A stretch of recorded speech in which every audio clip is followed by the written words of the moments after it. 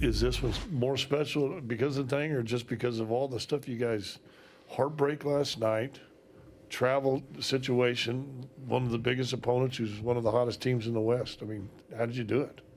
Well, it's as I told Vic right after the game. As a coach, we live day to day, game to game, quarter by quarter, and that was my first reaction. Was I'm just so proud of our guys for gutting out a win like we did tonight. That third quarter is one of our best quarters of the year, and so we responded coming out of the break. Our defense was outstanding. We got out and ran, and we started playing Denver Nugget basketball. So that's number one. Is records and accolades, that's all cool, but we have a job to do, and that's to win games.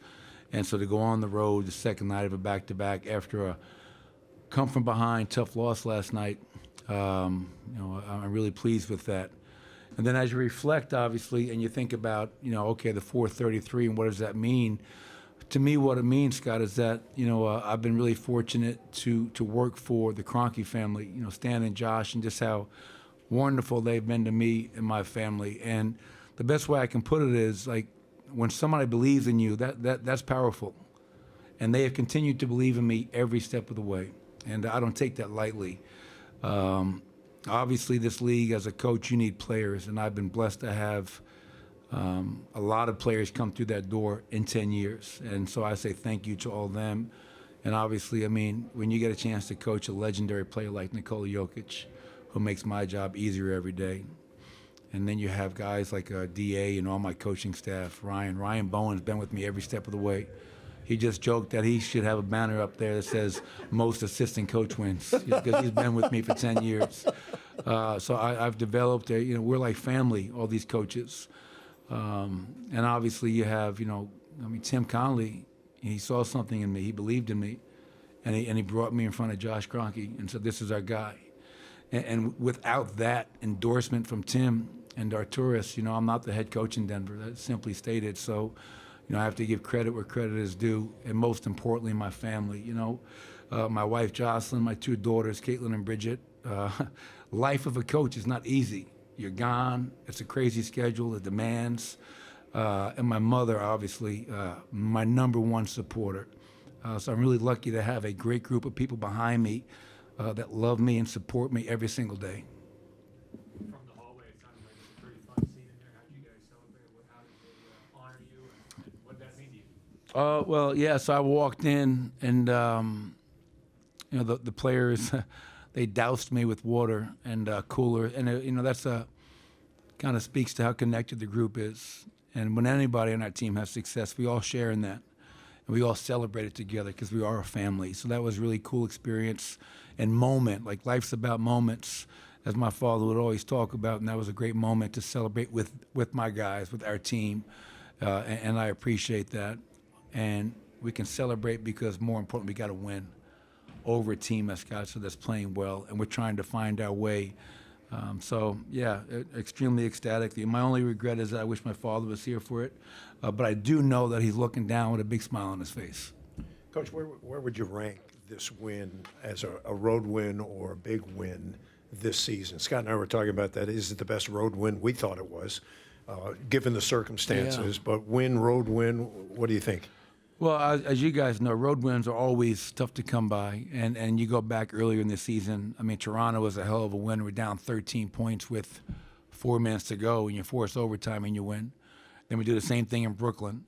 Our last game in Memphis where we got to win. But tonight, knowing the storied history between the two franchises, the fact that they've been playing very well, and for us, we're on a back-to-back. And so everything is kind of, piled against you. And that's where resolve comes in. That's where mental toughness comes in. And our guys in that second half were just, it was just so much fun to watch us, how we guarded, how we ran, how we executed. And it was everybody. It wasn't just one player. Everybody contributed. So, yes, this was a hell of a road win for us. And now we got a chance to go home and get ready to protect our home court, which we have to do a better job of. Michael, you said that third quarter may have been the best basketball you've seen this group play this year, and it was a balanced attack, but Russ, in a building he knows so well, on nets he knows so well. What did you see from him, particularly in the third? Well, yeah, obviously Jamal gets, the elbow poked in the eye, whatever it was, and So he leaves the bench, and we put Russ in, and we didn't miss a beat. That's one thing. Russ and Nicola have great on-court chemistry. Michael Porter, 24 and 11 tonight, 4 assists. I think Michael's playing at a really high level for us. Russ is 14 and 11 off the bench with 7 boards. But to be honest, Malik, it all started with our defense. The message at halftime was, right now, our transition defense is just terrific. And they're just running the ball down our throat, makes, misses, turnovers. We take that away, we force them to play the half court. That's to our favor, and we were able to do that and slow them down. They only had 2 transition points in that third quarter, and that ignited us. Did you want to leave Russ and Nicola in for those triple doubles?